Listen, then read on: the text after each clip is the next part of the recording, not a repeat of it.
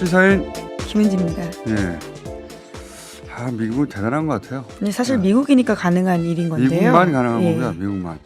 가능하다는 게 이게 이제 가치 중립적인 표현인데 이거 절대로 불가능한 일이죠. 네. 사실은 유엔 안보리 결의안도 있어요. 이거 관련해서 그것도 일방적으로 깬 거고 이란과 미국 양자간 협상이 아니고 영국, 프랑스, 독일, 미국 다음으로 힘세다 하는 유럽의 나라들, 유럽의 최강국들이죠. 다 같이 참여했어요. 네, 일종의 불가역적으로 만들기 위해서 그런 조치들을 그러니까요. 취했는데요. 모든 걸 무시한 겁니다. 그것도 깼죠. 그리고 이 관련한 기구 중에 가장 핵심은 IAEA 아닙니까?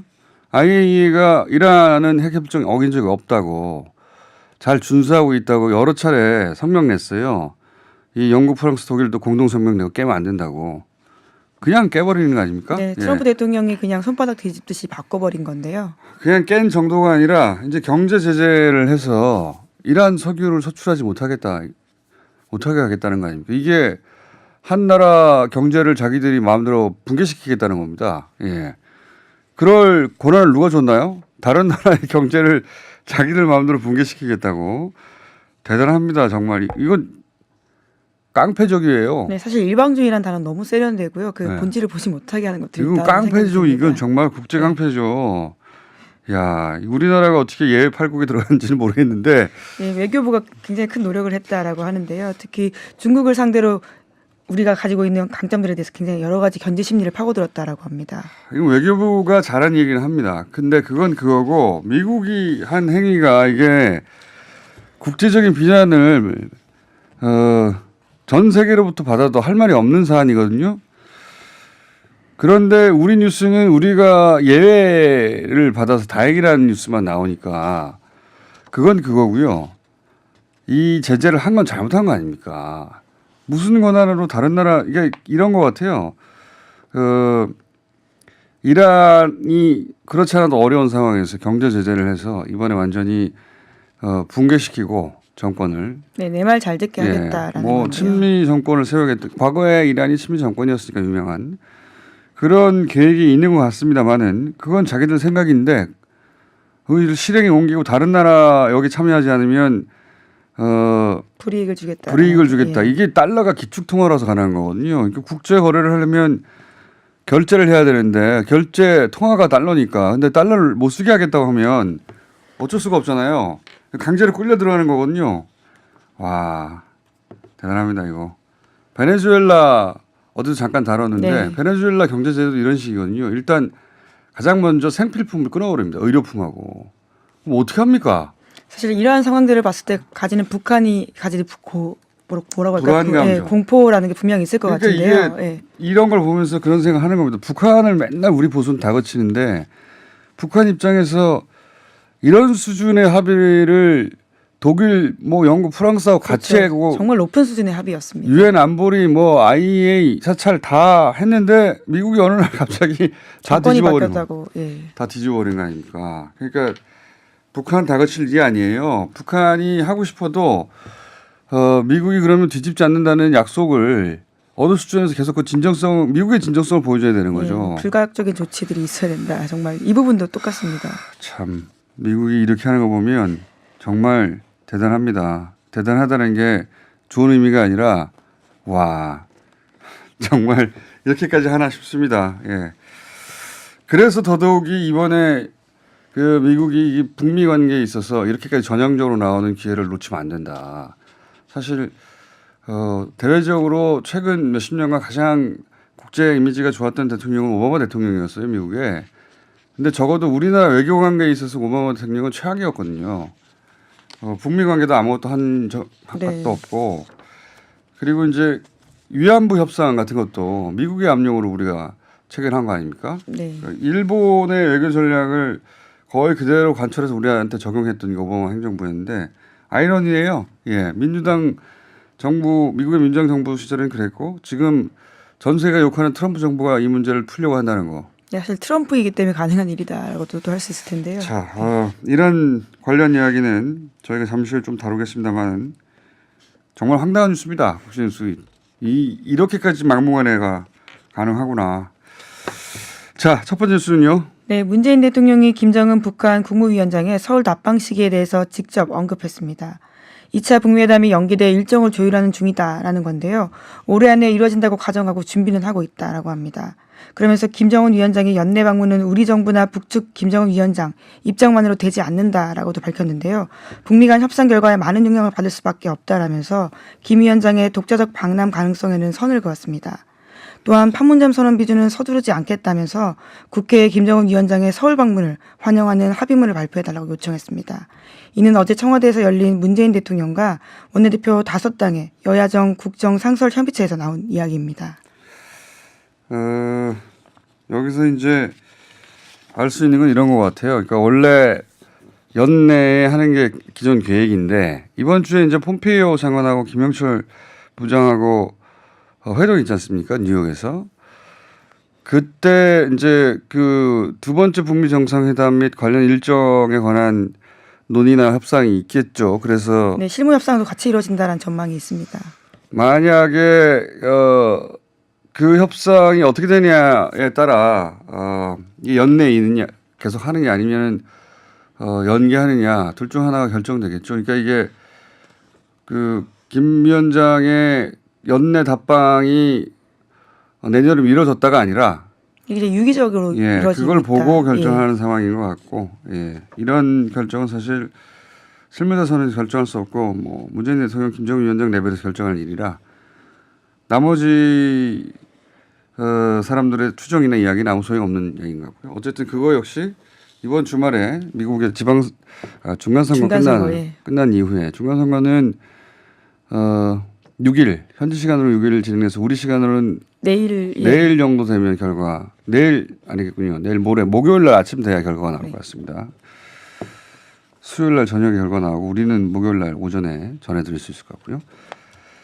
자, 그래서 뭐 이런 이야기가 지금 그 청와대에서 어제 원내대표들 들어갔었죠. 예. 네, 그래서 12개 항에 대해서 합의를 하면서 일종의 처음으로 협치의 모습들을 보여줬다라는 평가를 받고 있는데요. 탄력 근로제 그리고 아동수당 대상으로 확대한다라는 내용들이 담겨 있습니다. 아동수당 확대 이거 굉장히 재밌는 그 자유한국당의 좋게 말하면 매우 영리한 플레이예요. 원래 이제 아동수당에 대해서는 그동안 복지 포퓰리즘이라고 선별적으로 줘야 된다고 주장해왔던 아주 오래된 게 주장입니다. 예, 그건 뭐 제 기억으로는 지지난달인가에서도 얘기 나왔고 지방선거 때도 계속해서 아동수당을 보편복지 차원에서 주는 것은 좌파들의 복지 포퓰리즘이다. 이게 오랫동안 입장이었는데 갑자기 입장을 바꿨어요. 그 자체는 바꿔서 좋구나 싶은데 실제 목적은 이런 거죠. 이제 이게 아동수당하고 출산장려금을 주자는 거거든요. 출산장려금을 2천만 원 주고 아동수당을 아이들이 성장할 때까지 1인당 1억씩 주자는 거예요. 이거 어떻게 줍니까 이 돈. 근데 그 자체는 방향성은 좋은데 이걸 어디서 주냐? 일자리 예산을 뺏어 주자는 거예요. 일자리 예산을 그냥 깎자 그러면 이제 그 비난이 있을 수 있으니까 일자리 예산을 깎아서 아동수산 출산장려금 2천만 원씩 주자. 이 예산을 어떻게 만듭니까? 네. 하지만 정치적 전략으로는 아주 영리한 선택이죠. 네, 지금 아주 치열한 예산 전국이거든요. 네. 그 부분들이 굉장히 중요한 부분입니다. 그러면 둘 다 증액해요. 10여 조 이상 필요한 것 같은데 이참에 예. 네, 그런 상상력도 있긴 있네요. 왜냐하면은 이걸 깎자 저걸 깎자 하면 계속해서 네, 다 깎이는 국면일 그러니까요. 텐데요. 일자리 예산을 깎아서 아동들에게 성장할 때까지 1억씩 그다음에 이렇게 얘기했으니까요. 네, 출산과 관련해서도 출산해서 하겠다라는 출산은 거고요. 아이 낳을 때마다 2천만 원씩. 그러니까 출산 주도 성장 이 프레임으로 한번 곤욕을 치렀는데 이제 그 연장선상에서 이렇게 치고 나왔으니까 그럼 이것도 받죠 뭐. 제가 결정하는 예산은 아닙니다만. 자, 그런 하여튼 공방이 있을 예정입니다. 이제 예산을 이제 좀 확정해야 되니까요. 네. 자, 다음 뉴스는요. 네, 재판거래 의혹 관련한 보도인데요. 최고 윗선인 양승태 전 대법원장이 연루된 정황을 어제 저녁 MBC가 보도했습니다. 양승태 사법부가 그동안 알려진 일제 강제징용 피해자 소송 말고요. 위안부 할머니 소송에도 개입했다라고 하는데요. 이에는 양승태 전 대법원장이 상세 보고를 받았다라는 사실이 문서를 통해서 확인됐다라고 합니다. 자, 뭐 관련 뉴스는 우리가 오랫동안 전해드렸는데 오늘 여기까지 해야 되겠습니다. 미니가 하나 있어가지고. 네, 아주 중요한 분이 나오신다는 소식을 듣고요. 저희 네, 시간을 내어드려야 되겠다는 생각을 했습니다. 저희 작가들한테는 매우 중요한 분이고, 예. 예, 한 소식만 더 전해드리면요. 삼성 노조 와해 공작과 관련되어 있는 정현옥 전 노동부 차관에 대한 구속영장이 기각됐다라고 합니다. 이 두 뉴스 모두 잠깐 언급하고 지나가자면, 네. 이게 위안부 지금까지 일제 강제징용 피해자 소송을 정부가 지연시켰다는 거고 이번에 새로 나온 것은 위안부 손해배상 소송도 정부가 막으려고 했고 그리고 네, 그 내용을 검토했다. 그렇죠. 우리 사법부가 이걸 막는 시나리오를 잡았다, 짰다. 네. 5가지로 맞췄다라고 하는 건데요. 이게 일본 정부가 아니라 우리 정부가 그렇게 했다는 게 말이 됩니까? 이게 정말 말이 안 되는 건데 이런 사람들이 어떻게 국가를 운영해 왔는지 그런 뉴스가 하나 나왔고 삼성전자 관련해서는 이게 결국 노조 파괴 공작 관련된 거거든요. 그러니까 지금까지 삼성의 노조 파괴 관련된 영장들 대부분 기각도 왔는데 이번에도 기각됐어요. 근데 핵심이 뭐냐면 이겁니다. 불법 파견을 노동청에서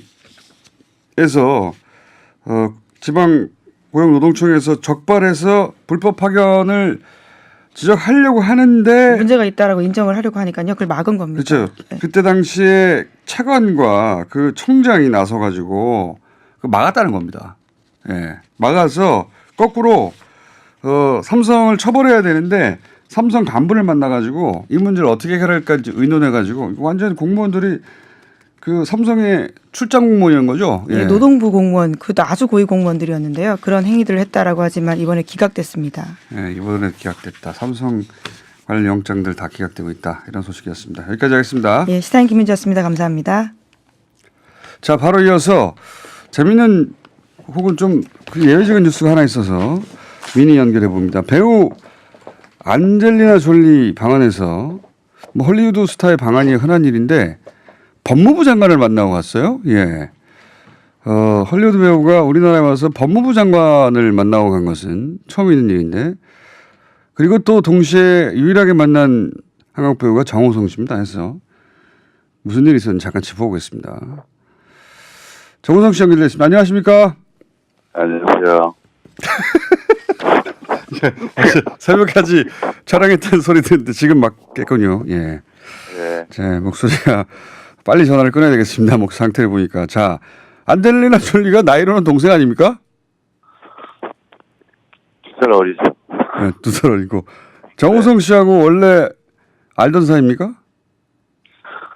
모르던 사이죠. 모르는 사이죠. 예. 한국에서는 정우성 씨 정도는 알아야 되는데 자기가 배우면. 자, 그런데 안젤리나 졸리가 와서 그 정우성 씨를 만나고 왔다고 하는데 방한 목적이 뭔가요? 네, 안젤리나 졸리는 이제 유엔 난민 기구 특사죠. 한 20년. 휴대폰에서 입을 좀 떼주세요. 예. 네네. 침 튀겨요. UNHCR 특사죠. 안젤리나 졸리는 그래서 20년 가까이 유엔 난민 기구 일을 계속. 특사. 했고요. 네. 이제 이번에 한국에 굉장히 짧게 왔다 갔죠. 예. 온다고 하면서 이제 한국 대표부에서 저한테 연락이 왔더라고요. 혹시 시간 괜찮으면 잠깐 만나서 얘기할 수 있냐고. 마침 촬영이 없는 날이어서 만나서 이제 지금 요새 난민 사태의 문제라든지 또 각각에는 한국에서는 이제 제주 예멘 사태라든지 그런 거에 대해서 다각도로 많은 얘기를 했죠. 난민 이야기를 주로 했군요. 근데 네네. 이 안젤리나 졸리가 정우성 씨가 난민 이슈로 악성 댓글에 시달린 걸 이미 알고 있었다고 하던데 그게 그렇다는 얘기는 유엔 난민기구에서 정우성 씨가 그 예멘 난민 이슈 처음 나왔을 때 악성 댓글에 한참 시달린 거를 유엔에서도 알고 있었다는 거 아닙니까? 예, 그때 굉장히 심각하게 이 한국 상황을 모니터링을 하고 있었죠. 그래서 뭐 한국 대표부를 통해서 저에게 뭐 응원의 말도 전하기도 했고, 예, 그렇죠. 국제적으로 이슈가 됐던 사안이군요. 그게 악성 댓글이. 그렇죠. 부끄러운 일인데. 근데 이게 알고 보니까 네, 이게 이제 개신교 댓글보도에 동원한 에스더 기도운동 본부라고 이게 한겨레 취재로 그런 댓글 부대가 있었다는 게 밝혀졌는데 그 소식을 듣고는 어떤 생각을 하셨습니까? 일단 한겨레가 큰일 됐다. 고맙다. 예. 침 튀기니까 전화 좀 멀리 해주세요. 예. 네, 고맙다. 고맙다. 그리고 조금 이렇게 뭐라고 그럴까, 이렇게 좀 개탄스럽고 조금 안타까웠어요. 그리고 그 사안만으로 이렇게 잠깐 뭐 한국 개신교의 문제가 아니라 이 역사를 한번 되돌려 보면은 예전에 2차 세계대전 이전에 나치가 유대인을 학살할 때 그때 이제 20세기 초에도 그 반유대주의의 조장과 확대를 위해서 시온장로 의정서라는 게 있거든요. 이게 사실은 프랑스 정치 풍자 소설 중에 마키아벨리와 몬테스키웨의 지옥에서의 대화라는 풍자 소설이 있는데 너무 많이 나가시는 거 아닙니까? 아니에요. 근데 이걸 표절을 해서 네. 이게 위조한 어떤 그런 데 이거 보면은 이제 막 유대인들이 세계 정복을 위해서 어떤 뭐 행동을 갖고 있다 뭐 하면서 이제 거의 이제 뭐 유대인들에 대한 혐오랑 이런 것들 굉장히 부추기는 어떤 그런 가짜 뉴스 그 시절의 가짜 뉴스군요. 그렇죠. 그 시절의 가짜 뉴스. 그래서 그게 이제 전 세계인들에게 퍼지기도 했고 그래서 결국엔 그게 이제 2차 대전 때 유대인 학살까지 이어진 건데 이렇게 어떤 한 종교에 대해서 차별과 혐오의 그런 생각들을 퍼뜨리기 위해서 어떤 특정 종교단체가 이렇게 움직인다는 거는 굉장히 위험한 행동이고 무서운 일이 될 수도 있다라는. 무서운 일이죠, 사실. 예. 이 이야기는 저희가 사실 전화로 짧게 할 게 아니라 한번 모시고 길게 해야 되는데, 네. 이 지금 말씀하신 난민 문제는 우리한테는 뭐 그냥 피부에 와닿지 않는 문제였다가 이번에 예멘 숫자도 얼마 안 되는데 워낙 이슈가 돼가지고 난민 문제에 예민해진 분들이 있습니다. 네. 그분들에게 뭐라고 말해주고 싶으세요? 잠깐. 글쎄요, 뭐 이제 뭐 경술국치나 뭐 한국 전쟁을 얘기하면은 그때 뭐 시대의 특수성이 있잖아 뭐 이러는데 글쎄요, 뭐 제주 4.3도 그렇고요. 그러니까 이제 뭐 지금 이제 난민 문제는 주로 이제 자국 내의 분쟁에 의해서 이렇게 일어나는 난민 사태가 큰데 한국 전쟁도 우리 내전이었고 그리고 제주 4.3 사건을 되돌아봐도 그때 얼마나 많은 자국민이 자국의 군대와 경찰에 의해서 이렇게 거의 학살당하다시피 해서 결국엔 그 제주에 있던 사람들이 북토로 넘어오기에는 무서워서 배를 타고 일본으로 넘어갔다는 거 아니에요. 그 사람들이 다 난민이었거든요. 그래서 결국에 뭐 그 제주에서 넘어간 사람들이 오사카나 이쪽에서 자리 잡고 또 그때 이제 받아주었으니 다행이지만 또 많은 또 편견과 그런 거에 시달리면서 그 나라에서 자리를 잡고 그랬잖아요. 이게 굉장히 먼 얘기도 아니고 그리고 자국 내에 뭐 분쟁에 의해서 발생된 일이니까 그들끼리 먼저 알아서 해결해야 되는 거야 이렇게 함부로 얘기할 수 없는 일이라고 생각합니다. 그러니까 조금 글쎄요, 뭐 마음에 어떤 가짜 뉴스도 많고 그리고 우리 뭐 경제 상태가 안 좋고 뭐 청년 실업 사태도 안 좋고 뭐 이런 마음에 있어 어떤 무언가를 뺏길까 하는 어떤 두려움 때문에 염려하시는 건 알지만 그렇게 어떤 좀 더 세계인의 한 사람으로서 그리고 우리가 겪었던 어려움이기 때문에 그런 거에 대한 어떤 좀 마음의 도량을 넓게 가져줬으면 하는 마음이고요. 그리고 보통 이제 여러분들이 테러 극단주의 무슬림들이 들어와서 테러를 일으키고 뭐 무슬림화하고 그러는데 그런 범죄자들을 돕자는 게 아니거든요. 다수의 무고한 지금 당장 자신이 어쩔 수 없이 이렇게 자국을 떠날 수밖에 없었던 그런 어떤 무고한 사람들에 대한 얘기를 하는 거거든요. 정우성 씨, 네. 오늘 준비된 시간 다 됐는데 할 말이 너무 많네요. 조만간 네. 뉴스공장에 나와서 얘기 길게 한번 합시다. 네. 그리고 저 비싼 사람입니다. 갑자기 뜬금없이 소환하지 마세요. 네, 제가 갑자기 어제 새벽에 연락해가지고 문자로 또 저를 소환하시더라고요. 중요한 질문인데 혹시 안젤리나 졸리 연락처 받았습니까? 아니요.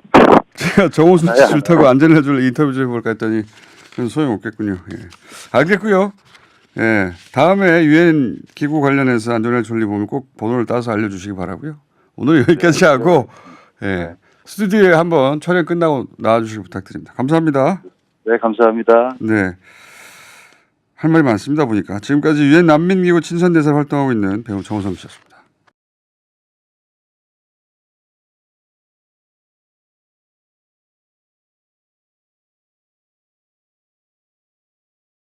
현재 징용 배상 판결에 대해서 일본 정부는 반발합니다. 아주 강하게. 그런데 일본 지식인들 사이에서는 전혀 다른 목소리도 있습니다. 일제 징용 배상 운동에 그동안 힘써온 지식인 다나카 히로시 히토츠바시 대학교의 교수님 전화 연결해 보겠습니다. 안녕하십니까, 반갑습니다. 네, 인터뷰 응해주셔서 감사하고요. 네, 도움이 되실지 걱정이 되신다고 합니다. 자, 일본 정부가 그 강제징용 관련해서 한국 대법원의 판결에 대해서 굉장히 과격한 반응을 보이고 있습니다. 네, 국제법상 있을 수 없는 일이라고. 우선 일본 정부가 이렇게 강하게 반발한 이유가 뭐라고 보십니까? 제가 정부가 아니라서 확실하게 말씀드릴 수는 없지만 비상식적인 것은 이미 한국 대법원이 6년 전에 같은 판결을 내리고 있었습니다. 왜 그때는 문제 제기를 하지 않고 이번 판결이 나왔을 때 이렇게 반발하는지 저는 잘 이해가 되지 않습니다. 그 일본 정부가 반발하는 이제 근거로 내세우는 것이 1965년에 한일 청구권 협정으로 그때 모든 문제가 다 해결됐고 그래서 그때 개인 청구권도 사라졌다라고 일본 정부에서는 주장하거든요. 이 일본 정부의 주장에 대해서는 어떻게 생각하십니까? 일본 정부가 청구권 소멸 문제에 대해서 이전 일본 국내 재판에서 주장한 바가 있는데요. 첫 번째는 미국의 원폭 투하 피해자가 일본 정부에 대해서 청구권 배상 소송을 했을 때 국가 레벨의 청구는 포기했지만 이는 개인의 권리에 영향을 미치지 않기 때문에 청구권이 남아있음을 주장하였습니다. 비슷하게 두 번째로는 소련이 일본인을 시베리아에 억류한 것에 대해서 일본인들이 일본 정부에 대해서 소송을 일으킨 게 있는데 그 이유는 소련에 대해서 배상을 청구하기를 포기했기 때문에 대신 국가가 그것을 배상해 주었으면 하는 소송이었습니다. 하지만 이에 대해서도 포기한 것은 외교 보호권으로서의 청구권이기 때문에 개인의 권리에 영향을 미치지는 않는다. 그렇기 때문에 개인의 배상 청구권은 남아있다고 주장하였습니다. 그런데 이런 똑같은 것을 한일 관계에서만 인정하지 않고 무시하는 것은 대단히 잘못된 태도라고 생각합니다. 이렇게 말씀은 일본 정부가 미국 소련을 상대로 해서 국가 차원의 배상 청구는 하지 않았지만 자국민들이 개별적으로 소송하는 권한은 일본 정부가 인정을 했었는데 그런데 한국에서 똑같이 개인이 청구할 때는 그걸 인정할 수 없다고 지금 일본 정부가 말하고 있는 거잖아요. 예.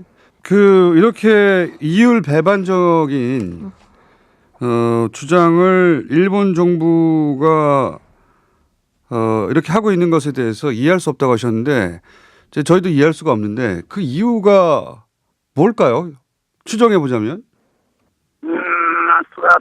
저도 정부의 입장 잘 이해가 가지 않는데요. 완전히 같은 건에 대해서 자국민에 대해서는 청구권이 살아있다고 이야기를 하면서 외국인에 대해서는 청구권이 소멸되어 있다고 하는지 이전부터 좀 이해할 수 없는 자세라고 생각하고 있습니다. 자, 그런데 이제 일본에서는 일본 기업의 경제 활동을 보호하기 위해서라고 이유를 대면서 이걸 국제사법재판소에 가져가겠다고 하는데 이 사건을 국제사법재판소에 가져가면 어떻게 될 거라고 보십니까? 제 생각에는 그 한일 청구권 협정 규정에 양국 간의 의견 차이가 있으면 조정이 가능하다는 그런 조문이 있는데 왜 그거를 활용하지 않고 국제사법재판소에 제소를 하려는지 이해가 잘 가지 않습니다. 그런 조항이 있는데도 그런 행위를 한다는 것은 일종의 정치적 액션으로 보이는데 이번 그 한국에서의 판결을 아베 정부가 있는 한 수용할 리가 없다. 그렇게 말씀하셨는데 아베 정부가 그걸 수용할 리가 없다고 말씀하신 이유는 뭘까요? 아베 정권은 주변 국가의 역사 문제 자체를 해결하려는 기본적인 생각이 없기 때문에 저는 아베 정부에서는 불가능할 것이라고 생각합니다. 그러면 아베 총리가 바뀌지 않는 한 불가능할 거라고 하면 이 문제 때문에 한일 관계가 경색될 수도 있는데 강제징용 배상 문제를 우리 정부가 어떻게 일본 정부가 풀어야 된다고 보십니까? 협정 안에는 중재 조항이 있는데 그 조항을 써서 해결할 수 있다고 생각합니다. 제3국이 참가를 하는 방법이 나와 있는데요. 지금 말씀드리면 제3국이 미국 정도가 될 수 있을 것 같은데 다른 나라의 중재로 양국 정부가 중재위원회를 만들고 거기서 나온 결정에 확실하게 따라야 한다고 생각합니다. 협정에 모처럼 규정이 있으니 그 부분을 활용하는 것이 좋겠다고 생각합니다. 지난해 일본 평화학회 평화상도 수상을 하셨는데 이 일제 강제징용 배상에 관해서는 왜 관심을 가지게 되신 겁니까, 교수님? 실은 저는 한국 징용공 문제에 대해서도 관심이 있고 집회에도 참가했지만 제가 주로 활동을 해온 것은 전쟁 말기에 일본 기업에서 중국인을 강제 연행했던 것에 대한 재판 활동을 주로 해왔고요. 일본 재판소에서 화해 권고를 내렸기 때문에 그 권고를 실현시키기 위해서 활동했던 것이 주된 저의 활동이었습니다. 일본인으로서는 답변이 좀 어려우실 수도 있을 것 같은데 아베 정부가 이렇게 주변국과의 역사 문제에 대해서 해결할 의지가 없는 게 혹시 아베 총리의 외할아버지가 기시 노부스키였고 전범이었던 그리고 지금 일본의 우익들 중에 이렇게 전범의 후대인 사람들이 많기 때문에 그게 영향을 준 건 아닙니까? 일본은 냉전 때 미국 편을 들어서 발전해 왔는데요. 그렇기 때문에 가장 중요한 주변국과의 관계를 정리하려는 의식이 없습니다. 이란 조약은 20년이나 지나고 있고 일중 조약은 더 늦어지고 있는 상황입니다. 가장 막대한 피해를 준 한국과 중국에 대해서 역사 청산을 하지 않고 경제 발전만을 위하고 선진국인 것처럼 우쭐대는 것은 대단히 잘못된 것이라고 생각합니다. 지금 이렇게 한국이 움직이고 있을 때 코노 외무대신이 동전 문제는 서두르지 않는 편이 좋겠다고 이야기하는 것은 저는 말도 안 된다고 생각합니다. 한국의 평화를 위하는 길이 동아시아의 평화를 위하는 것이라고 생각합니다. 한국 남북 교류의 경우 미국도 북한과 만나는 데 여러 가지로 노력하고 있는데 일본은 전혀 아무것도 하지 않고 있는 상황입니다. 그것이 대단히 상징적인 것이라고 생각합니다.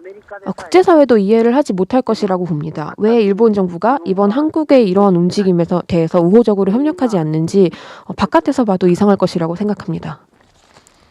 자, 알겠습니다. 오늘 인터뷰 감사합니다. 도움이 되었으면 좋겠습니다. 네, 지금까지 다나카 히로시 히토츠바시 대학교의 교수님이었습니다. 네, 이번에는 게이센 여학원대 이영채 교수 연결해서 조금 더 이 이야기 나눠보겠습니다. 안녕하십니까, 교수님? 네, 안녕하세요. 몇 가지 연결해서 제가 좀 여쭤보고 싶은데 우선 우리 대법원에서 강제징용 배상 판결을 내렸는데 일본 정부가 일본 기업들에게 배상이나 화해에 응하지 말라 이런 지침을 내리고 있다고 그렇게 보도가 되고 있는데 이렇게까지 하는 이유는 뭐라고 보십니까? 또 일본 입장은 위안부 재단 문제도 있고 그렇지만 한일 간의 역사 문제가 다시 이렇게 불거져 나온 걸 그렇게 바라지 않겠죠. 특히 이번에 그 대법원 재판 판결이 아주 폭발적인 효과가 있는 것은 어떻게 보면은 이것은 한국만이 아니고 아시아 각 지역의 여러 노동자들의 강제 연행 문제라든 것들을 일본은 경제 협력 방식으로 다 해결해 왔는데 이게 배상 보상이 되면 한국 국내만이 아니고 아시아 전체에서도 이게 또다시 재판이 일어날 수 있죠. 그리고 특히 북일 관계가 아직 협상이 안 돼 있는 상태인데 북한도 어떻게 보면 개인 청구권을 가지고 일본에게 세력을 접근할 수 있고요. 그러니까 65년 체제로 모든 게 해결됐다라고 이것을 이대로 누르지 않으면 일본은 국제적으로도 여러 가지 불리한 상황이 되겠다고 생각하기 때문에 이것은 메가톤급 아주 큰 지금 현재 위기라고 생각하는 거죠. 일본 정부에서 여기서 만약에 자기들이 밀리면 동아시아 전체에서 이런 요청을 받을 수 있다 이렇게 생각한다는 거죠. 예, 그렇죠. 어떻게 일본은 한국과 65년 체제로 모든 역사 문제 해결됐다라고 특히 위안부 문제만은 예외로 취급을 하고 있는데 이번 것은 그 당시에 강제 연행에 대한 위자료 청구권이잖아요. 네.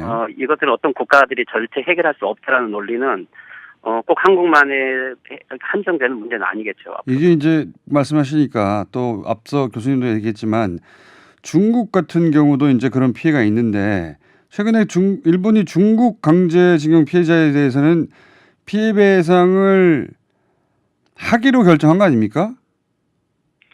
그렇죠. 이것은 방금 전에 다나카 선생님이 그 분야 전공인데 예. 일본도 72년 중일 국교 정상회담 때 중국은 청구권을 포기했죠. 예. 그렇지만 이것도 개인 청구권이 포기되지 않았다는 것으로 즉 기업들에 대해서 다시 니시마츠라든지 또는 아키타의 하나오카 사건이라든지 여기에는 노동자들의 재판이 있었고 기업이 이들과 화해를 하는 방식으로 어떻게 보면은 재판에서 인정을 받은 거죠.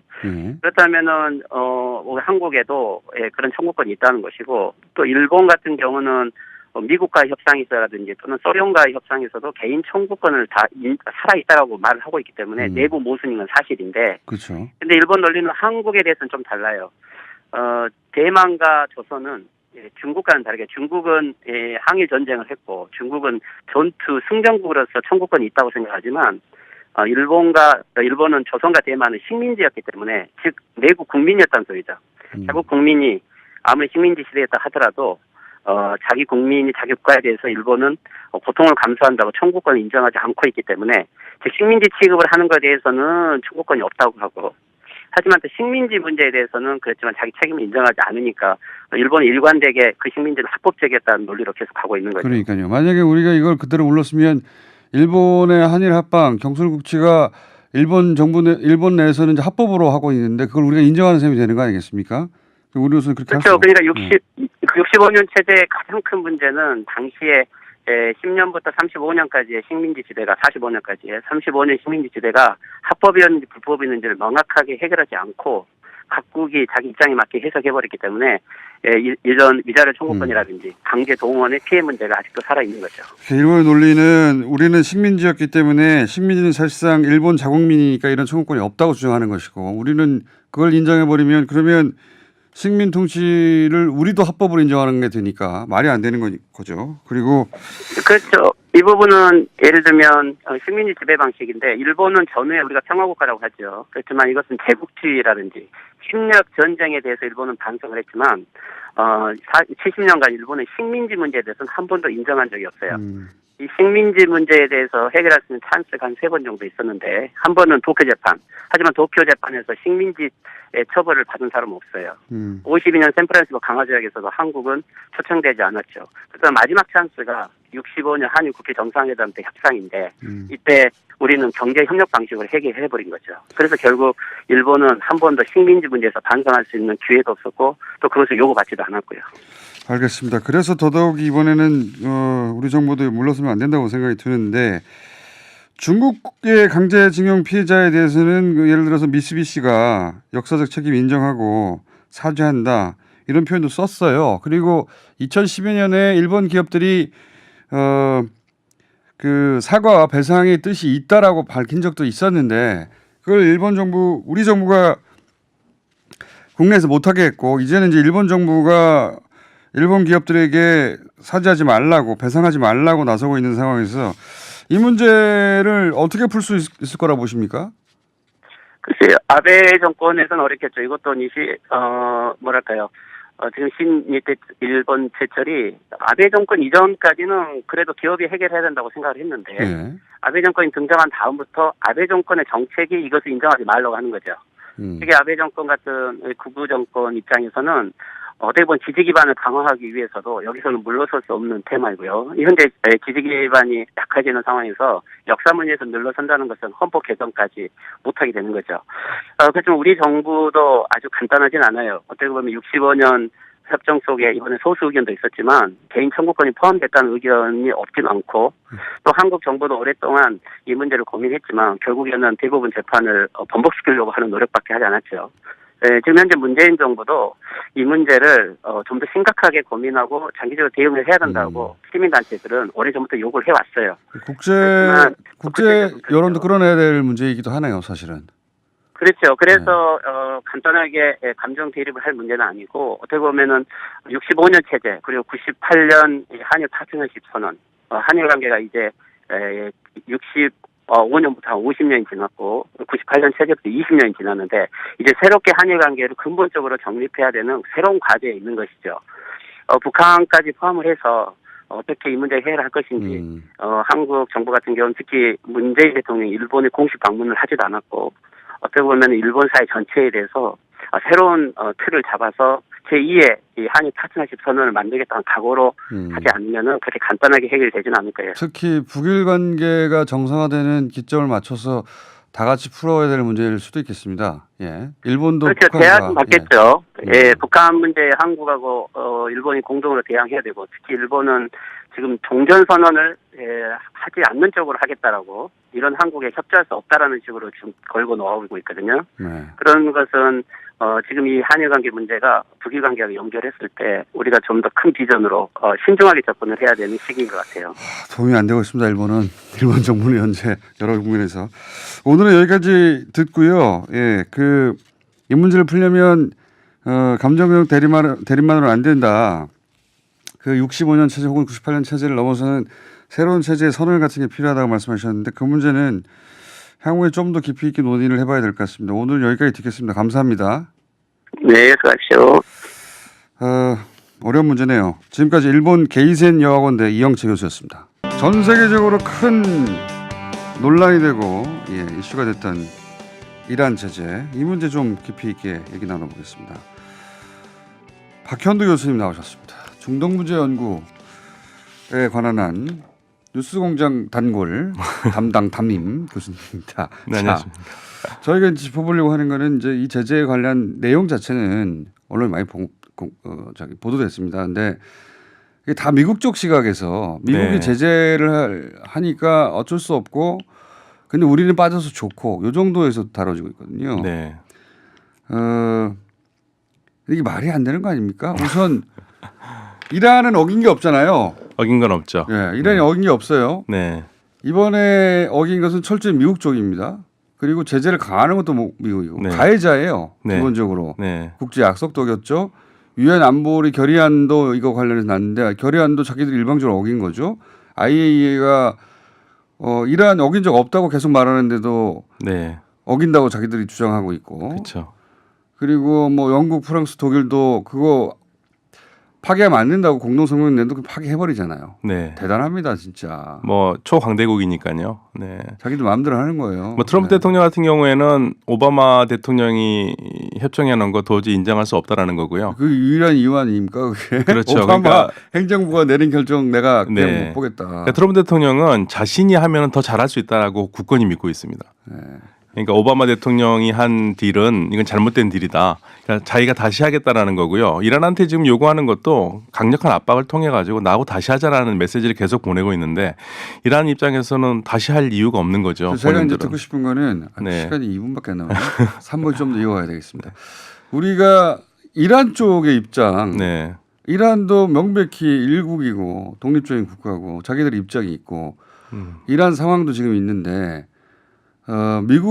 미국발 뉴스만 계속 나오니까요. 네. 이란에서 이걸 어떻게 받아들이냐? 뭐 이란에서는 도저히 받아들일 수 없는 입장이죠. 없겠죠, 당연히 네. 억울해 죽겠죠. 네. 근데 이제 이렇게 해서 이란 지금 현재 그 정권을 무너뜨리고 경제를 무너뜨리고 그럴 보관도 있다고 치면 실제 이란 분위기는 어떻습니까? 이런 분위기 상당히 안 좋습니다. 일단 뭐 환율이 어마어마하게 올랐거든요. 네, 한 그러니까- 3분의 1 정도로 같이 절하대죠. 네, 그러니까 뭐 그게 지금 대단한 건데요. 오바마 대통령이 그 경제 압박을 하기 전에는 보통 이란의 환율이 우리 돈으로 하면은 그러니까 그 토만이라고 그러는데 뭐 네. 보통 공식 환율은 리알이라고 그럽니다. 뭐 2만 리알 정도를 했다고 하면은 제재가 들어갔을 때 이제 3만 7천, 3만 8천, 3만 9천까지 갔었거든요. 2배 정도 올랐네요. 네, 그러다가 트럼프 풀렸다가 트럼프 대통령이 들어서면서 뭐 5만 올랐다가 네. 가장 많이 올린 게 20만까지 올랐어요. 아우. 상상이 되십니까? 안 되죠. 네, 그 2만이 20만까지 올란 거네요. 네, 결국. 지금은 14만, 어제 정도가 한 14만 정도에서 지금 머물러 있는데 14만도 어마어마한 겁니다. 14만은 2만 기준으로 하자면 일곱 돈의 가치가 배. 7분의 네. 1로 떨어졌다는 그렇죠. 거죠. 그러니까 커피 한 잔, 그러니까 외국인들한테는 굉장히 좋은 상황이지만 자국민들한테는 어마어마하게 지금 힘든 상황이고요. 물건을 살 수도 없죠 이렇게 되면. 그렇죠. 물건 지금 물가가 한 40% 정도씩 올라갔어요. 단숨에. 네. 그리고 외국에서 수입하는 거는 거의 어려운 상황이고 그렇죠. 기본적으로 지금 뭐 생필품이라고 할 수 있는 화장지 이런 것들이 지금 뭐 수입이 어려우니까. 뭐 예를 들어서 1,000원에 사오던 걸 이제 7,000원 줘야 되는 거 아닙니까? 그렇죠. 근데 그쪽 최근 기준으로. 네, 이란 선생님이 한 번 오셨었는데 제가 잠깐 만났었었는데 그런 말 하더라고요. 옛날 같으면 뭐 우리나라 돈으로 10,000원짜리 사는 게 얼마 어려운 게 아니었는데 이거를 이란 돈으로 계산하면은 이게 엄두가 안 난다는 거예요. 이란 외국 나와서. 그러니까 7만 원 주고 사야 되는 거 아닙니까? 그렇죠. 우리가 IMF 때 네. 한 2배 정도 뛰어가지고 유학생들이랑 국내 기업들 엄청 어려웠는데 2배가 아니라 7배가 한꺼번에 뛰면 이거 야. 상상을 초월합니다. 그러니까 이렇게 해가지고 망하게 해버리겠다는 의도가 있는 건데 근데 실제 국내 시간이 다 됐네요. 저희가 앞이 조금 길어져가지고 중동문제연구소 박현우 교수님과 3부 앞부분을 좀 더 이어가야 될 것 같습니다. 네, 이란 이야기 하고 있습니다. 3부에서 뵙겠습니다.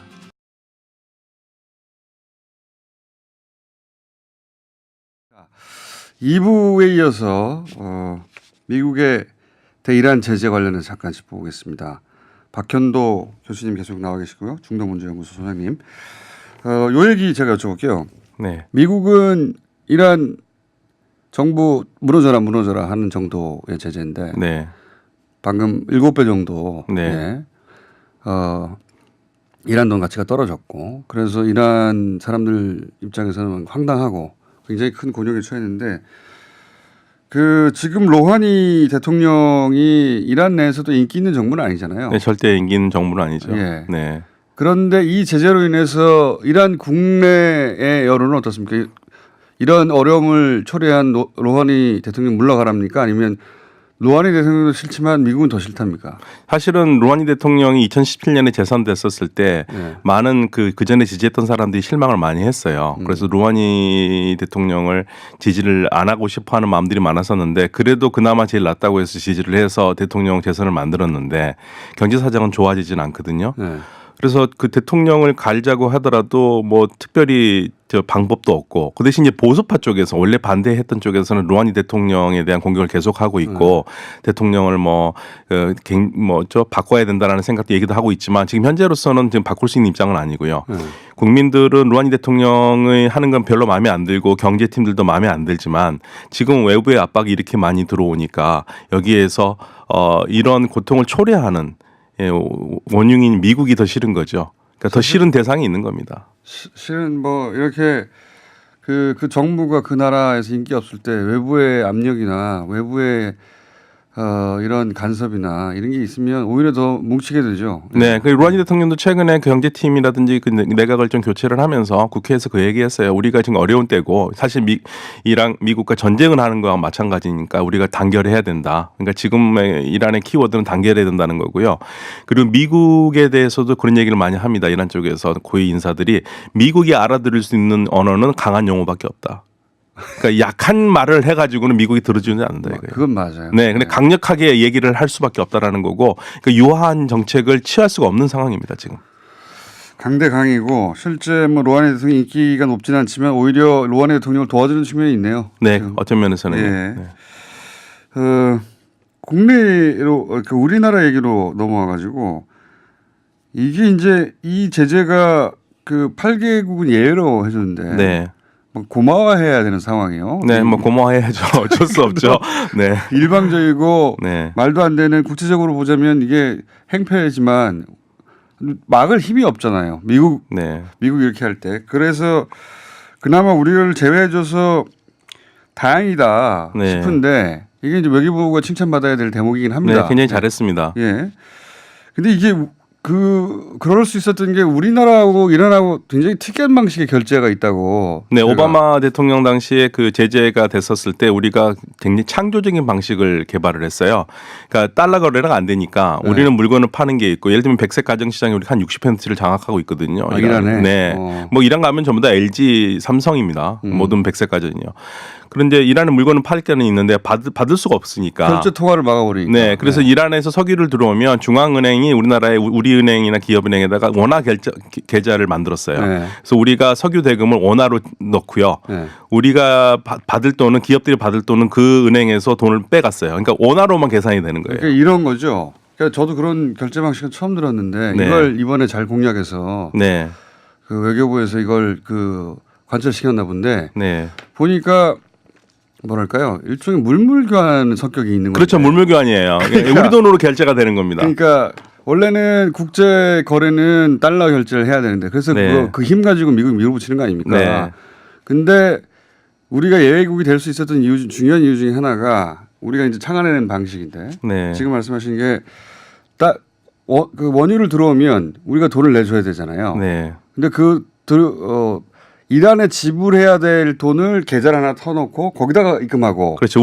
우리나라 은행에 우리 통장에다가 우리 그렇죠. 돈으로 쌓아놓는 거죠. 네, 쌓아놓고 이란이 우리한테 지불해야 될 돈이 있을 거 아닙니까? 네. 우리가 수출해서 그 돈을 거기서 빼가서 그렇죠. 일종의 상계 처리해야 하는 방식으로 네, 그렇게 해왔었습니다. 그런 방식을 네. 우리가 처음으로 만들어냈다면서요? 네, 그래서 우리가 만들어냈고 미국도 그걸 굉장히 좀 좋게 생각했어요. 그래서 다른 나라도 이런 방식을 좀 따랐으면 좋겠다는 말이 나올 정도로 창의적이었죠. 그래서 굉장히 잘했고 그 다음에 이제 우리가 이란 사실은 그 폼페이오 장관이 우리에게 좀 면제에 대한 언지를 줬는데 우리 입장에서는 이게 대통령까지 가가지고 결정이 돼야 되잖아요. 그 사이에 뭔 일이 있을지 모르니까 조마조마하게 며칠 주말을 기다린 겁니다. 네. 그래서 폼페이오 장관이 언질이 있었던 것 같아요. 그러니까 우리가 강경화 해주겠다. 장관하고 계속 통화했다는 게 네. 얘기인가 보네요. 근데 이제 트럼프 대통령한테 갔었을 때 이 사람이 또 어떻게 할지 모르니까 그동안 이제 좀 기다렸다가 이제 안심을 한 거죠. 외교부 칭찬을 한번 해주고요. 아, 외교부 잘했습니다. 일, 네. 해주고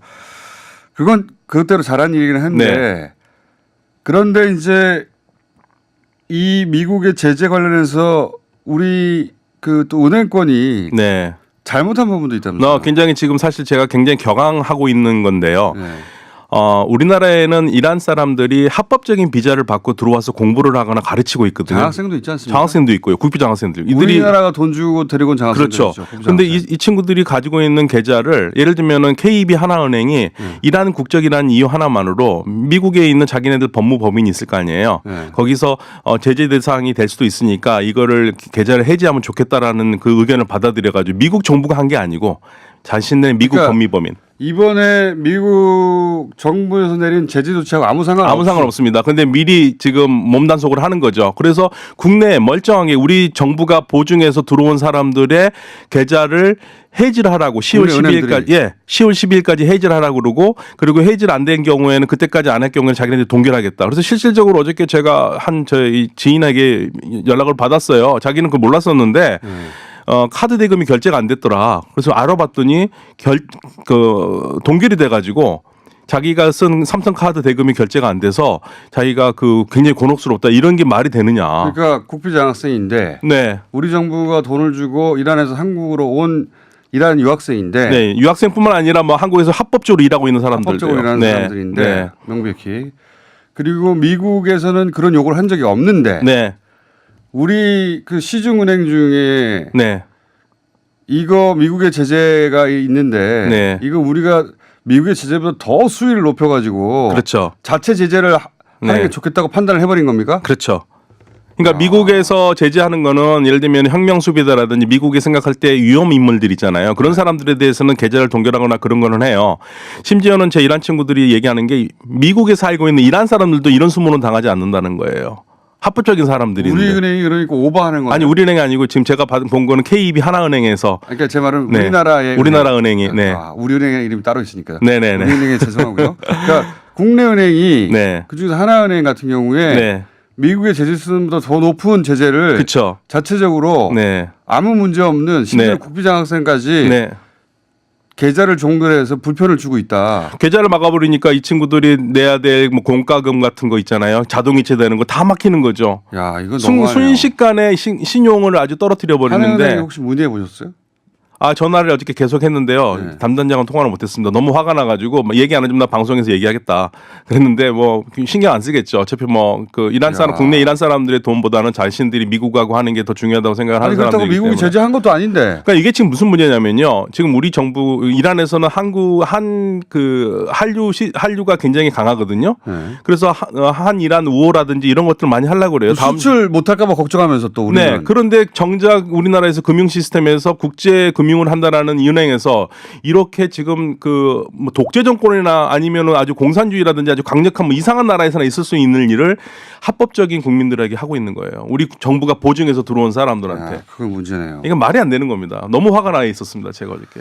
하나은행이 하나은행만의 사정이 있을지 모르니까 네. 그걸 한번 문의해 보시고 네. 사정 파악이 되면 네. 다시 한번 나오시죠. 네, 알겠습니다. 사정이 없을 수도 있죠.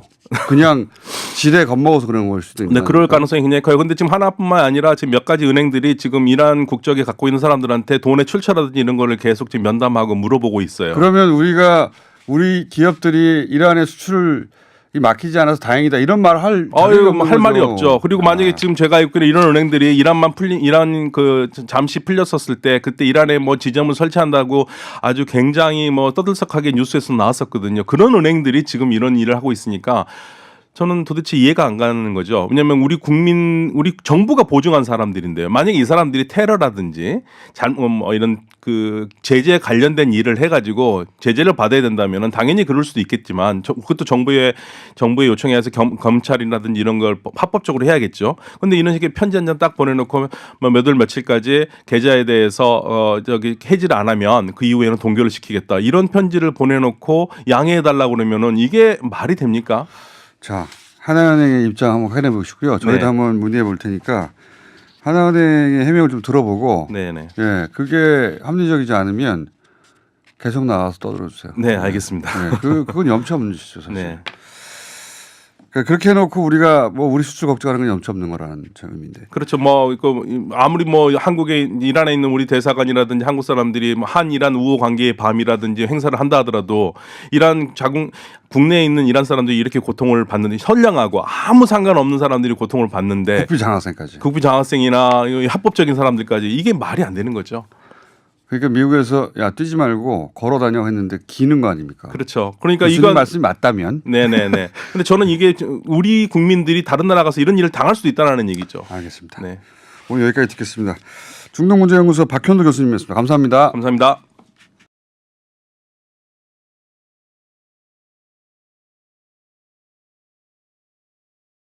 최근 MBC PD수첩에서 미친 집값의 비밀 연속 2편을 강행했는데 거기 보면은 부동산 투자 고수들이 등장하는데 알고 보니 그분들이 오히려 투기를 부추기는 분들이다 이런 취지의 방송이 있었습니다.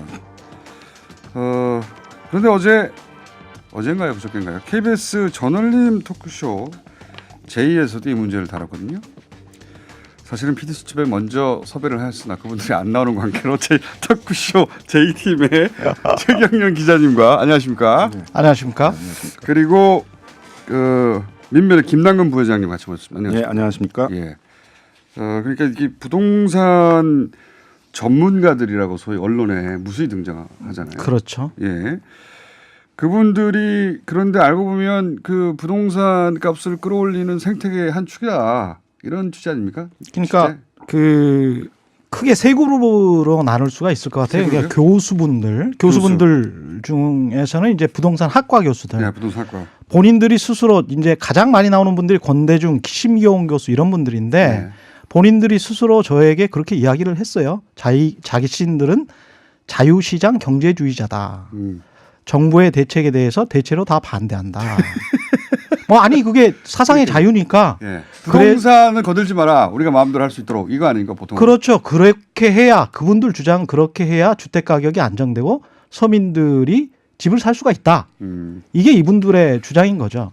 서민들이 집을 못 사는 건 그러면 부동산 규제를 해서 못 사는 거였습니까 이때까지? 이와 같은 그런 주장이 있고. 예, 그런 주장이 있고 그게 한 축. 예. 또 다른 축이 이제 금융기관. 금융기관. 금융기관에 있는 분들인데 박용갑, 그다음에 안명숙, 최경련 기자님입니다. 참고로 예. 지금 말씀하시는 분은. 박용갑, 안명숙, 그다음에 김규정 이런 분들이 이제 TV에서 많이 나오는 분들이잖아요. 실명으로 거론해 버리신. 예. 아니 근데 이제 그분들이 제가 한 말입니다. 실명은 지금 최경련 기자님이 말씀하시는 아니 겁니다. 그분들이 나쁘다는 게 아니에요. 저는 예. 나쁘다는 게 자주 아니고 나오신다. 예, 자주 나오신다. 예. 근데 그분들의 포지션이 뭐냐? 실제로 일할 때 그분들의 주업이 뭐냐? 그분들의 주업이 부자 고객 상담이에요. 부자 고객 상담. 예. 예. 그러니까 부자 고객을 상담하고 시장도 분석하시죠. 그리고 정부 정책도 평가를 하고. 그런데 우리가 여기에서 눈여겨봐야 될 게 금융시장에서 이제 주식시장 있지 않습니까? 주식시장에서 애널리스트하고 펀드 매니저가 왜 나눠져 있습니까? 서로 간에 방화벽이 있거든요. 애널리스트는 시장 분석만 해라. 펀드 매니저는 펀드 팔아라. 펀드 운영을 해라. 그래서 서로 간에 그 정보를 좀 이뤄라. 뭐 이런 그렇죠. 예. 정보를 교환하지 않고 예. 그다음에 애널리스트가 자기 시장 분석 보고서를 할지 기업 보고서를 낼 때 어떤 이해관계, 당사의 이해관계하고 관련이 없다. 나는 객관적이고 중립적으로 시장을 보고 기업을 본 것이다. 이렇게 내는 거잖아요. 근데 이분들은 지상파 TV나 TBS 같은 곳에서도 그렇게 이야기를 하는 거예요. 그런데 실제로는 투자 고객 상담을 하고 애널리스트와 펀드 매니저를 동시에 하는 분들. 동시에 하는 거죠. 그냥 부동산 시장에 아주 특징이 있는 거죠. 이분들도 어떻게 보면 억울할 수 있어요. 주업이 그렇기 때문에. 예. 자, 그렇게 나머지 그룹은 어떻습니까? 나머지 그룹들은 이제 부동산 정보업체인데 부동산 정보업체. 예, 부동산 정보업체도 알고 보면 중개업소 수수료를 통해서 매물을 게시해서 중개업소 수수료를 받잖아요.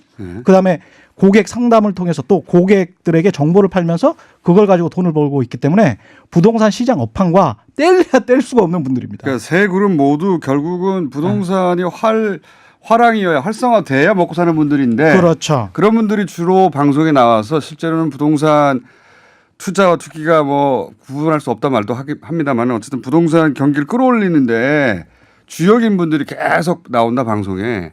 그러니 이게 안정화되겠는가 이런 문제의식인 거죠. 그렇죠. 예. 네, 그런 문제의식으로 취지를 하신 것이고 최근 MBC도 KBS도 둘 다 그 문제를 다루고 있는데 부회장님은 왜 나오신 거죠?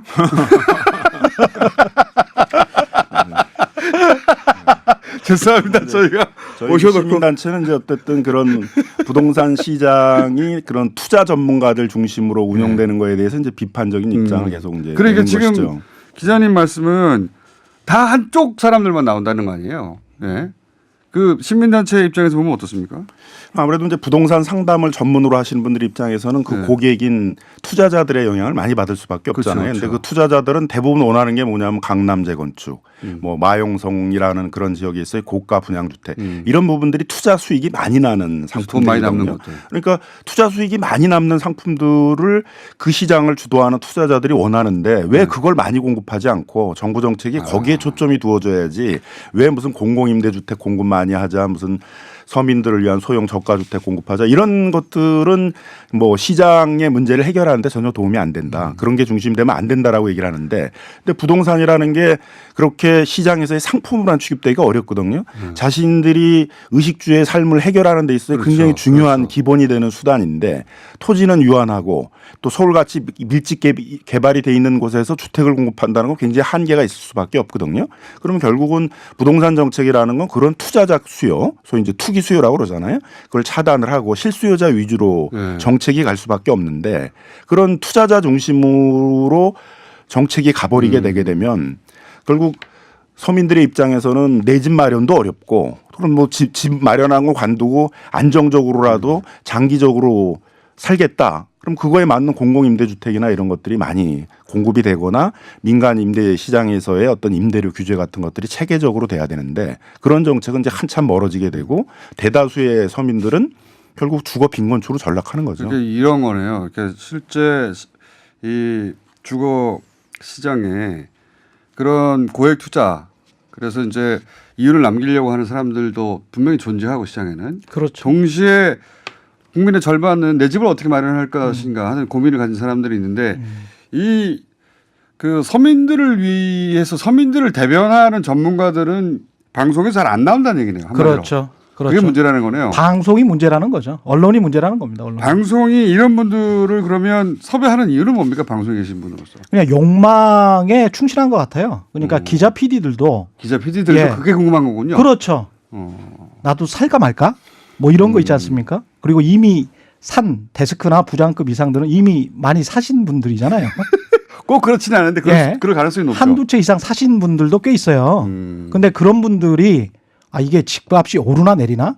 그러니까 집을 어떤 집으로서의 개념이 아니고 투자의 개념으로서 그러니까 재테크 욕망의 수단으로서 이런 생각하는 거죠. 재테크 수단으로서 생각하는 분들이 방송국에도 많고 그렇죠. 그리고 그 방송국에서 자신들의 궁금증을 대변할 그런 전문가들을 모시고 그러니까 방송에 나와서 부동산 전문가들 하는 얘기는 항상 어디에 투자에 돈 번다 그런 얘기밖에 안 나오고 이게 밸런스가 안 맞다 도저히 이런 얘기죠. 문제의식인 거죠. 부동산 가격이 급등할 때는 주로 이제 그런 투기 상품들이라고 얘기하는 그런 부분들에서 많이 오르는 거거든요. 근데 그런 시장들을 단기적으로 많이 분석하고 있는 분들이 이런 투자 전문가들이니까 이런 분들이 주로 나와서 이제 시장이 왜 이렇게 갑자기 급등을 하느냐 그런 거에 대한 분석적 의견을 내는 것들은 이제 그분들이 전문성이 있을 수밖에 없죠. 그러니까 펀드 매니저만 계속 방송에 나오는 거네요. 그렇죠. 투자하라. 예. 사고 팔아라. 그리고 정부 정책은 이게 잘못됐다 저게 잘못됐다. 그렇죠. 예. 이렇게 해봐야 잘 안 막힌다. 뭐 그렇죠. 조금 있다 다시 올라갈 거다. 이런 얘기 계속 그렇죠. 나오잖아요. 그러니까 주택 정책 전문가하고 투자 전문가하고는 나눠줘야 되는데 그게 전혀 나눠져 있지 않는 거죠. 그러니까 주택 정책 전문가를 인터뷰할 상황에서도 그냥 부동산 업계 사람한테 인터뷰를 해버린다. 그러면 업자 관점만 계속 나온다. 그렇죠. 그러니까 거래 절벽 이런 이야기 많이 나오지 않습니까? 거래 절벽. 예. 거래 절벽. 거래 절벽이라는 게 집을 지금 사지 않은 무주택자 같은 경우는 좋을 수도 있는 거예요. 왜냐하면 거래 절벽이 일어나서 가격이 하락하면 이 사람 입장에서는 좋거든요. 그리고 우리가 보통 30년 정도 일을 한다고 생각하면 얼마나 이사를 해요? 한 3번 정도 이사를 하는데 그게 뭐 그러면 10년에 한 번 정도 거래를 한다는 건데 그게 매일 거래가 일어나야 이분들은 거래가 화랑이고 부동산 시장이 뭐 탄탄한 거고 뭐 좋은 거고 그러니까 뭐 이렇게 거래 되는 절벽이라는 거고. 용어 자체도 실제로는 굉장히 업자 마인드에서 그렇죠. 만들어진 거군요. 같이 중립적으로 표현하면 이제 조종기를 거친다는 거잖아요. 정부 그렇죠, 대책이 그렇죠. 새로 나왔으니까 그 대책 룰에 맞춰 가지고 시장이 조종되는 과정을 반드시 거치게 돼 있고 항상 그런데 그걸 이제 뭐 거래 절벽, 실종 이런 부정적인 용어로 얘기하면서 정부가 개입해 가지고 시장을 왜곡했다라는 그런 부정적인 인상을 이제 계속 주는 거죠. 철저해요. 뭐 업자가 주도하는 이 방송, 그러니까 실제 시장이 그렇다더라도 방송까지 업자가 주도한다는 거 아닙니까? 그렇죠. 그 큰 문제고요. 좋은 지적이라고 봅니다. 또 하나는 종편도 다르다. 그 지상파 TV의 문제점은 지금 말씀하셨는데 국장들이 집이 많다. 많을 수 있다. KBS 계신 분이 그런 말씀하시면 많을 수 KBS 있다. 국장님한테 혼날 수도 있는데 네. 제가 알 바는 아니고 어쨌든 많을 수도 있다. 네.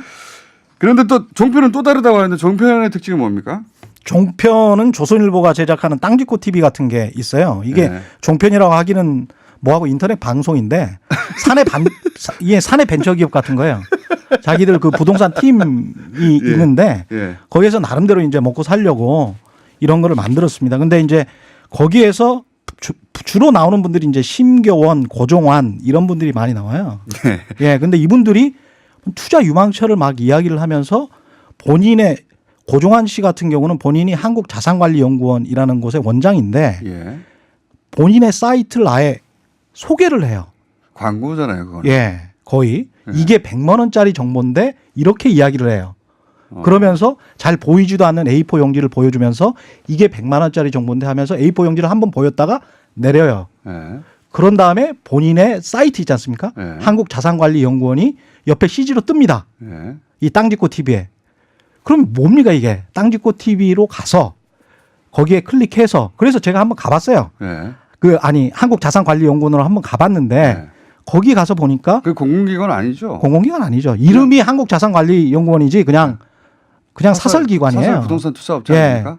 가서 보니까 뭐 30분에 50만 원, 뭐 1시간에 100만 원 투자 상담료를 내야 돼요.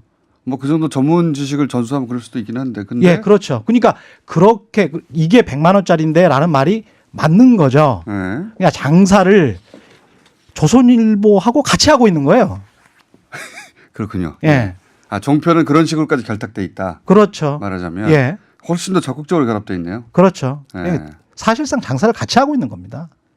장사를 같이. 종편은 부동산 장사를 같이 하고 있는 정도까지 이르렀다. 그러니까 이제 부동산 이제 전문 방송들이 있는 예. 것이고, 예. 근데 우리 사회가 이제 너무 이 부동산 산업이 너무 많은 거죠. 뭐 건설업에 종사하는 사람이 200만이라고 그러고 부동산 중개인이 30만이라고 그러고 각 대학에 있는 부동산 학과에서 많은 투자 전문가라고 얘기하는 사람들을 이제 계속 양성해 내는 정부도 거잖아요. 경기 부양하면 부동산 하고 그런 사람들이 이제 하나의 세력화돼 있고 네트워크화돼 있으니까 어디 뭐 광명에 재건축이 뜬다 그러면 뭐 금방 또 거기 가서 그 붐, 투자 붐들을 일으키는 거란 말이에요.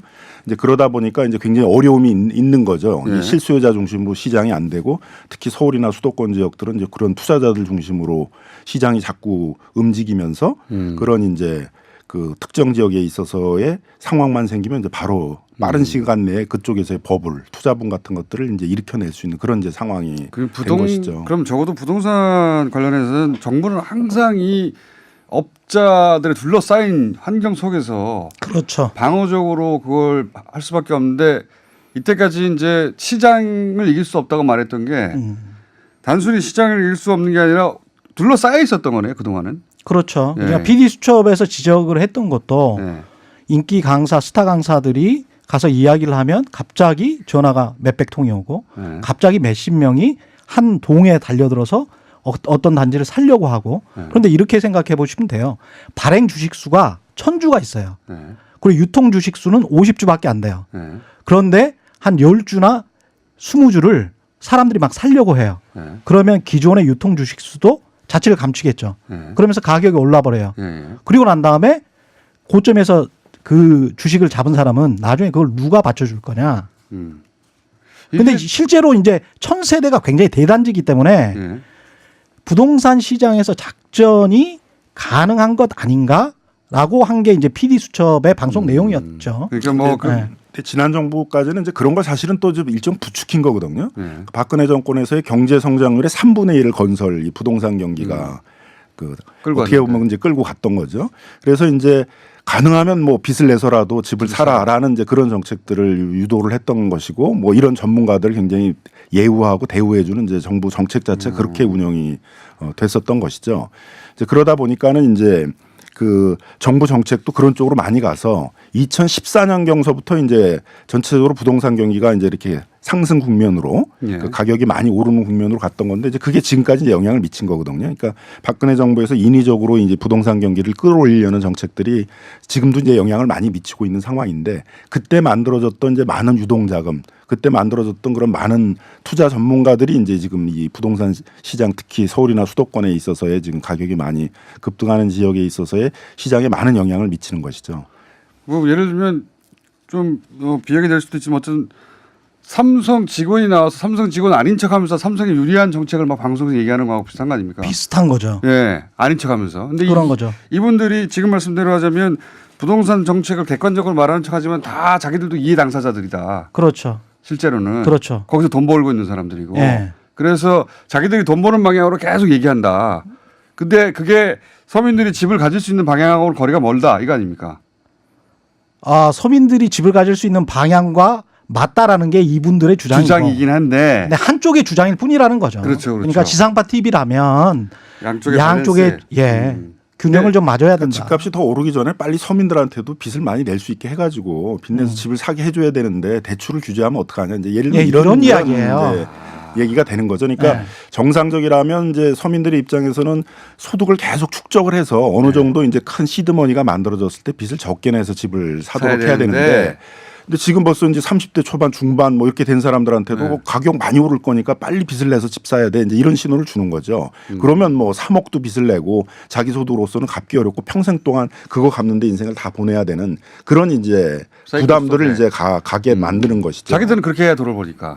그래서 이제 결국은 정책의 중심이 돼야 되고 대출을 쉽게 해주는 정책 그런 걸 해야 된다라고 이제 자꾸 이 심경원 교수 같은 경우는 이런 말까지 해요. 그러니까 미국 같은 경우에 LTV가 네. 130%까지 올랐다. 이게 무슨 말이냐면 10억짜리 집인데 13억까지 빌려준다. 대출을 그만큼 해준다는 거죠. 예. 근데 그게 금융위기 직전이거든요. 빚내서 집 살아야 결정판이죠, 그게. 예. 근데 금융위기 직전에 그렇게까지 했다라고 하면서 우리는 너무 심하게 대출 규제를 그래서 한다. 미국이 경제 위기를 폭삭 주저앉았잖아요. 그렇죠. 예. 그런데 이제 그런 굉장히 좀 자기 모순적인 이야기를 하면서 그럼에도 불구하고 대출 규제는 완화해야 된다. 이런 얘기가 지상파에서 처음 나왔다는 자체가 놀랍네요. 처음 나온 거 아닙니까? 그렇죠. 그렇죠? 그렇죠. 네. 그러니까 이게- 이제 좀 언론에서 이분들은 이제 시장 분석을 전문으로 하시는 분들이기 때문에 네. 그런 입장에서 얘기를 하는 것이다라는 것들을 이제 이렇게 좀 알려줘야 되는데 자꾸 이제 이런 분들이 얘기하는 것들이 진짜 근본적인 대책이 돼야 되는 것으로 얘기를 하고 왜 정부는 이런 분들이 얘기하는 것들을 안 따르냐 이제 이런 식으로 결론을 자꾸 낸단 말이에요. 그러면 모든 걸 다 해도 결론은 왜 강남 재건축 활성 안 시키냐, 강북에 있는 재개발 활성 안 시키느냐 이런 걸로 다 귀결이 된다는 거죠. 부동산 업자들의 의견이 과잉 대표되고 있네요. 부동산 관련해서 그렇죠. 우리나라에서. 근데 그걸 방송이 적극적으로 도와주고 있는 상황이다. 그렇죠. 이제 부동산 전문가 분들도 한 20년 TV 출연하신 분이 있어요. 근데 예. 익명을 전제로 저한테 이런 이야기를 하셨어요. 언론에 관해서 굉장히 한심하게 보는 거예요. 이분들도 계속 응답을 하면서. 왜냐하면 지상파 TV 같은 경우에 인터뷰를 하러 가면 5분을 안 끈다는 거예요. 그냥 10초짜리 인터뷰를 하고 그냥 나가버린다는 거죠. 그러니까 자신에게 정부 정책에 관해서 이것저것 물어본 사람이 당신이 처음이라는 거예요. 저에게 그런 이야기를 하는 거예요. 본인 자랑인데. 예. 아니 20년 동안 20년 동안. 20년 동안. 근데 종편 TV 같은 경우는 예. 어떤 식이냐? 용적률 규제 완화해야 되는 거 아닙니까? 뭐 이런 식으로 오히려 몰고 간다. 오히려 더 예. 업자들에게 유리한 그렇죠. 방향으로. 예. 근데 야, 이런 얘기가 처음 나왔다는 게 놀랍고요. 그리고 지금이라도 이렇게 MBC, KBS가 이런 얘기 한다는 게 좀 반갑고요. 그리고 최경영 기자님 KBS 복귀한 거 축하드리고요. 아이 감사합니다. 그런데 그 KBS 저널리즘 토크쇼에서는 실명 얘기 안 하다가 뉴스공장에 가서 이렇게 막 실명을 얘기하시면 아니요. 그 실명 얘기 다 했습니다. 아, 그리고 했습니까? 예예예. 예. 우리만- 기사로도 썼습니다. 우리만 예. 망하라고 그런 줄 알고. 아니 그분들 명함을 이야기하는 거예요. 그분들의 제2의 명함을 명확하게 지상파 TV에서 밝혀라. CNN 같은 경우에 어떤 경우가 있냐면요. 어떤 정치평론가로 나오지 않습니까? 우리는 그러면 정치평론가, 뭐 대학 교수 이러면은 전혀 거기에 관해서 그 다음의 이력을 이야기를 안 해줘요. 예. 근데 CNN 같은 경우는 어떻게 이야기를 하냐면 공화당 부시 정부의 어떤 국회의원 밑에서 보좌관을 했다. 민주당 저 어떤 발언의 맥락을 좀 알고 봤다. 그렇죠. 그냥 시청자들이 객관적으로 상황을 이해하도록 도움을 주는 게 중요하지 본인들이 중립적인 척 하는 거는 그건 위선이라는 거죠. 알겠습니다. 이분들의 또 전문성이 있잖아요. 시장들이 왜 갑자기 이렇게 급등하느냐, 그 원인이 뭐냐, 왜 이런 재건축이나 이런 데 몰리고 있냐, 투자자들이 그런 부분들을 뭐 분석하고 그런 것들을 얘기하는 것들은 필요할 수도 있는 거죠. 네. 방송에서. 네. 근데 이제 이분들이 전적으로 얘기하는 어떤 대책이나 이런 부분들은 그분들이 갖고 있는 직업이나 그분들이 접하고 있는 그렇죠. 또 환경 이런 게 있으니까 이분은 부동산 업계에 계심 이런 얘기가 사실 사전 정보로 있어야 필터링을 하죠.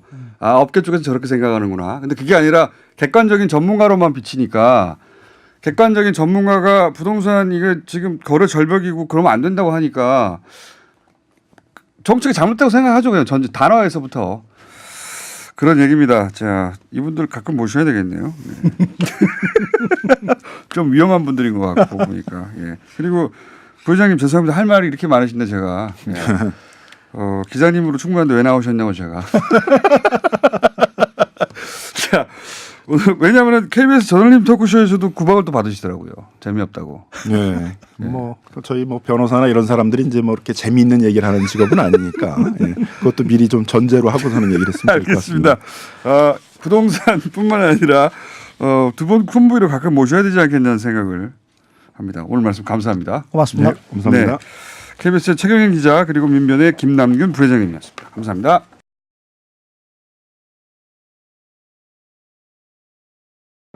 불친절한 AS 이 부동산 관련해서 문자 굉장히 많네요. 깊이 공감한다는 분들 맞습니다. 네, 저도 깊이 공감합니다. 예, 방송에 나오는 부동산 관련 전문가들이 부동산 정책 전문가가 아니라 투자 전문가들 일색이죠. 여기서 투자를 하면 어떻게 하면 돈을 벌까 하는 거죠. 지상파에서 필터링 해야 될 것 같습니다. 그리고 정호성 씨 관련 문자 많이 왔네요. 얼굴 천재인데 머리도 천재. 받아들일 수 없는 문자네요. 공장장은 뇌만 섹시하고 정우성은 뇌까지 섹시. 이것도 받아들일 수 없는 문제네요. 네. 코너 만듭시다. 정우성의 시사 토크. 정우성 씨가 말이죠. 굉장히 비싼 배우예요. 그래서 억지로 강제 인터뷰를 하고 있는데 예. 어렵습니다. 네. 자, 이 문자가 저는 굉장히 전곡을 찌르는 문자라고 오늘 생각하는데 만약에 오바마가 한반도 문제를 오바마 방식으로 해결했었더라면 큰일 날 뻔했습니다. 트럼프 와서 뒤집었을 테니까 갑자기 확 와닿네요. 네. 일하는 거 보면서 그런 생각 저도 합니다. 네. 초등학교 4학년 딸내미가 버스 타고 가다가 전화 왔습니다. 자기가 탄 버스에서 뉴스공장이 나온다고 흥분해서 전화 왔어요. 13-2번 버스 기사님 땡큐. 예, 딸을 잘 키우셨네요. 오늘 여기까지 하겠습니다. 자, 원종호 대표 나오셨습니다. 안녕하십니까? 안녕하세요. 우리가 촛불 때 정말 이 코너가 최고의 코너거든요. 예. 말도 안 되는 과학적 분석들. 네. 그거 가끔씩 한번 해야 돼요. 아니 전 그땐 정치적인 이슈가 예. 우리가 말하기가 되게 좋은 때였잖아요. 그렇죠. 한 1년쯤 전에 촛불을 덮을 수 있는가 과연 예, 뭐 그런 것들. 예, 한 그러니까 1년 천이 전에 얼마나 필요한가 뭐 이런 거 계산하고 제가 있는데. 그 정치적인 걸 가지고 한번 뭘 해보려고 했는데 예. 안 좋아하시더라고요 작가님들이. 세상이 좀 안정되다 보니까. 그거 신경 쓰지 마시고 그리고 가끔씩 해야 됩니다. 자, 오늘 주제는 뭡니까? 오늘 주제는 왜 우리 온라인상의 그 개인정보랑 흔적 지워주는 디지털 장의사라고 있잖아요. 흔적을 지워주는 업체가 있는 요즘 문제가 되고 건 있긴 알았는데 하는데. 디지털 장의사라는 좀 그걸 부른다는 건 처음 알았어요. 예, 이런 표현을 쓰긴 하는데 요즘 또 위디스크 돼서 이제 뭐 사실은 같은 네. 회사였다 뭐 이런 얘기도 나오고 문제도 많이 실질적으로 있습니다만은. 지배했다 뭐 이런 거. 네. 오늘 주제는 그건 아니고 예. 그 반대 개념으로 영어로는 오그멘티드 이터너티, 증강 영생이라고 하던데요. 예, 증강이라는 용어도 우리한테 굉장히 피부에 와닿잖아요. 안 와닿죠. 근데 네, 이제 뭐 증강현실 뭐 이러면서 예, 가상현실, 증강현실 그때 쓰는 말인데 일종의 디지털 영생 개념인데요. 우리 디지털 영생 하면은 뭐 이런 얘기 많이 디지털 영생이 듣잖아요. 어딨어 이 세상에. 그러니까 우리가 듣던 얘기는 뭐 우리 의식을 컴퓨터에 업로드해가지고 걔가 영원히 살고 뭐 네. 이런 얘기들을 많이 했는데 그게 아니고. 그게 아니고. 예, 지금 말씀드린 거는 살아있는 사람 혹은 살아있던 사람의 각종 SNS라든가 뭐 어록 일상생활, 사업적, 정치적 발언이나 결정 이런 데이터를 빅데이터를 다 모아서 그 사람처럼 말하고 주장하고 행동하는 AI를 구축하는 겁니다. 이건 지금 하고 있습니다. 아, 예. 굉장히 독특한 개념이네요. 그러니까 그렇죠. 살아생전에 했던 행동들과 발언들과 네네. 결정들을 쭉 다 모은 다음에 네, 그걸 AI에 입력해서 그렇죠. 그 사람이 살아있다면 이런 식으로 말했을 것이다, 그렇습니다. 행동했을 것이다 하는 가상 캐릭터를 영구히 보존한다. 대리 인격을 만든다. 특정인의. 그걸 지금 이제 재밌는 발상이긴 한데 예, 일부 학자들이 특정 CEO를 상대로 지금 이거를 작업을 하고 있습니다. 왜 그걸 하죠? 왜냐하면 예를 들어서 보십시오. 뭐 그 애플에 네. 애플이 누굽니까? 스티브 잡스. 네, 스티브 잡스가 했던 결정과 이런 걸 다 입력했어요. 만약에 잡스가 살아 있어요. 살아 있는데 그런 캐릭터가 만들어져서 인공지능이 그러면 어떤 상황에 대해서 그 인공 캐릭터가 이런 발언을 해요. 그럼 살아 있는 잡스가 나라면 저렇게 말 안 해. 이렇게 교차 검증되면 몰라도 네. 아니 뭐 교차 검증할 실제 축구하면 뭐 교차 검증할 수도 없고. 그렇죠. 그게 무슨 의미가 있나 모르겠네요. 근데 이제 네. 살아있는 그 잡스를 예로 든다면 그 살아있는 CEO 입장에서는 자기가 가지고 있는 어떤 영향력이라든가 세계관이라든가 관점 이런 걸 가지고 죽어서도 회사에 계속 결정은 못하더라도 조언을 할 수 있는 그게 조언을 그 심각하게 받아들일까요? 모르겠습니다. 나 죽은 다음에 어떻게 될지 그런 욕심이 있을 수 있고요. 그래서 사후에도 영향력을 발휘하겠다 있을 수 있고 그런 다음에 뭐 개인의 경우에는 본인은 죽었지만 가족들에게는 살아있는 것처럼 소통하는 그런 어떤 가상현실이든 뭐 심지어 로봇에 심든 간에 이런 거를 이제 구축할 수 있다는 거죠. 그러니까 개인들 차원에서 가족들을 네. 그렇게 AI 영상화하고 뭐 3D로 만든다든가 아니면 아예 증강현실까지 적용하면 네. 더 실제에 가깝게 느낄 수도 있겠네요. 그래서 그렇게 그럴 수 추모의 관점에서 그런 식으로도 가능하고요. 그러기에는 물론 지금으로서는 돈이 많이 들겠습니다만 엄청난 비용이 들겠죠. 하여튼 그런 시도들이 있다. 그런 시도도 있고 근데 사실 물론 뭐 본인하고 똑같은 태도를 만들어낼 수 있느냐는 좀 의문이지만 그건 불가능이죠. 사실. 예, 현재로서는 좀 어려운데 뭐 쌍둥이도 서로 안 되는 걸 어떻게 그렇죠. 데이터 프로그램으로 같은 하니까. 경우도 그 뭐 SNS 남아 있는 데이터 같은 게 맥락이 다 이렇게 남아 있는 것도 아니고 그렇죠. 하지만은 정치적 의견이나 사업적 결정 같은 경우는 비슷한 맥락으로 재현할 수 있지 않을까 그런 생각을 하고 있다고 해요. 애초에 이런 시도가 어디서부터 시작되는 거죠? 지금 이제 미국 쪽이나 이런 쪽에서 네. 과학자들이 하고 있는데 사실은 우리나라에서도 이런 기술을 테스트하려는 그런 좀 흐름도 좀 있습니다. 그래요? 일부 업계에서 이건 이제 생존하고 있는 사람들의 동의하에 당신의 아바타를 한번 만들어 보자. 뭐 이렇게 테스트를 한번 해보려고 하는데 그건 뭐 재미로 할 수 있을 것 같긴 한데. 상당히 좀 진지하긴 해요. 예. 그러니까 저도 얘기를 해봤는데 예.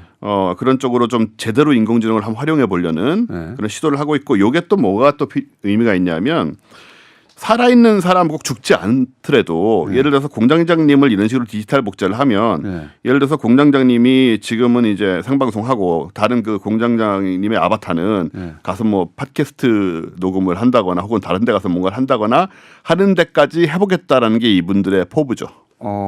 나를 재미로. 열어 만들어서. 재미로. 예. 아니요. 진지하게. 진지하게. AI 하는 사람들 굉장히 진지합니다. 뭐 처음에 하면은 재미 수준이겠지만 예. 이게 발전을 하면은 여러 나를 만들 수 있다. 인공지능이 인간에 최대한 가깝게 만들어 보려는 시도 중에 하나잖아요. 그렇죠. 예. 저는 인공지능이 그렇게까지 가지면 안 된다고 생각합니다. 불편해하시잖아요. 저는 기억나는데. 예. 그리고 인공지능이 어느 순간 지금 예를 들어서 아주 특정 분야긴 하지만 바둑에서 인간을 이겼잖아요. 네. 지금은 인간은 절대 AI를 상대로 바둑을 이길 수 없는 수준까지 갔어요. 그럼요. 절대로 이길 수 없습니다. 절대로 이길 이제는. 수 없습니다. 예.